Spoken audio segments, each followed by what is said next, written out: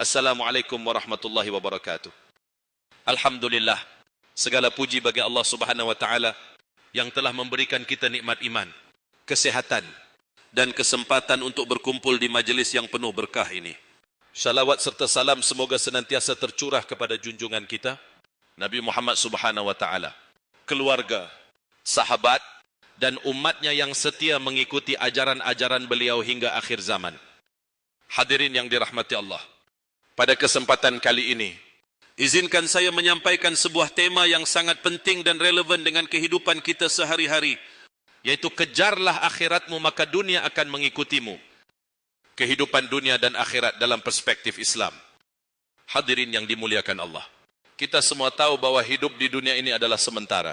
Semua yang kita miliki, harta, jabatan, kekuasaan, bahkan tubuh kita, suatu saat akan berlalu.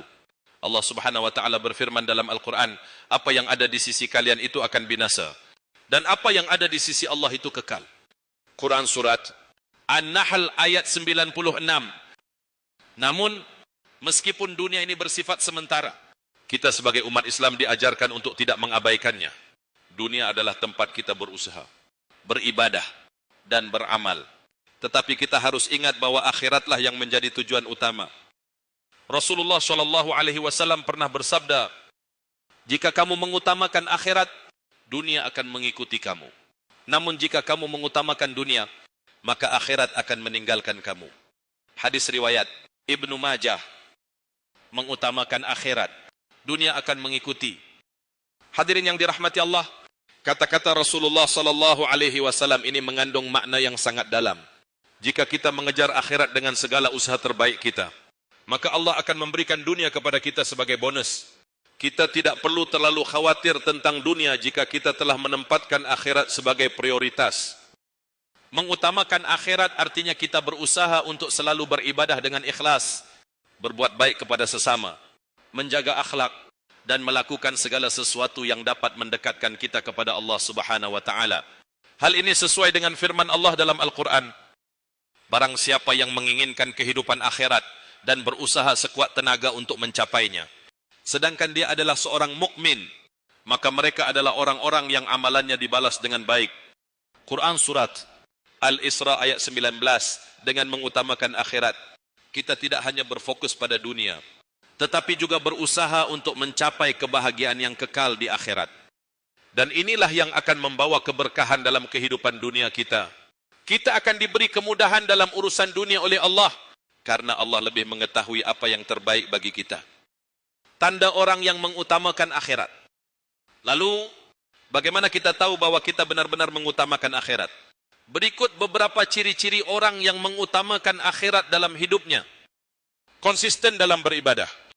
Orang yang mengutamakan akhirat selalu menjaga ibadahnya, baik itu salat, puasa, zakat, maupun amalan lainnya. Ibadah bukanlah sekadar rutinitas, tetapi sebuah jalan untuk mendekatkan diri kepada Allah. Menghindari perbuatan dosa. Mereka yang mengutamakan akhirat akan berusaha menjauhi dosa, baik besar maupun kecil, karena mereka sadar bahwa setiap perbuatan akan ada pertanggungjawabannya di akhirat kelak. Menjaga hubungan dengan sesama. Orang yang mengutamakan akhirat juga selalu menjaga hubungan baik dengan sesama. Mereka menyadari bahwa membantu orang lain dan menjaga ukhuwah adalah bagian dari amal yang akan mendapatkan pahala di akhirat. Mencari ilmu yang bermanfaat. Mengutamakan akhirat juga berarti berusaha mencari ilmu yang dapat membawa kita pada kebaikan dunia dan akhirat. Ilmu yang bermanfaat adalah salah satu amal yang tidak akan terputus pahalanya meski kita telah meninggal.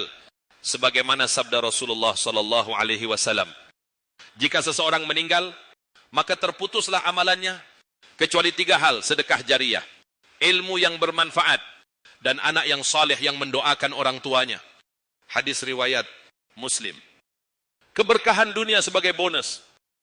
Hadirin yang dirahmati Allah, ketika kita mengutamakan akhirat, dunia datang dengan sendirinya.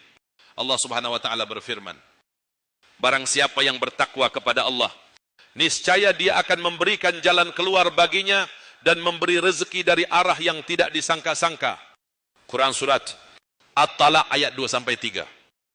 Dunia akan mengikuti kita dalam bentuk kemudahan hidup, kebahagiaan, dan keberkahan yang tidak terduga. Rezeki tidak hanya berupa harta, tetapi juga kesehatan, kedamaian, dan kebahagiaan keluarga. Yang lebih penting, kita akan merasa tentram dan puas, karena kita tahu bahwa kita telah menjalani hidup sesuai dengan yang Allah inginkan. Hadirin yang dirahmati Allah, mari kita tanamkan dalam hati kita bahwa akhirat adalah tujuan utama kita. Dan dunia hanyalah sarana untuk meraih tujuan tersebut. Dengan mengejar akhirat, Allah subhanahu wa ta'ala akan memberikan segala yang kita butuhkan di dunia ini. Semoga kita semua diberikan kemampuan untuk mengutamakan akhirat dalam setiap langkah hidup kita. Dan Allah memberikan dunia sebagai bonus keberkahan yang melimpah. Semoga amal ibadah kita diterima dan kita termasuk orang-orang yang selamat di dunia dan akhirat. Wassalamualaikum warahmatullahi wabarakatuh.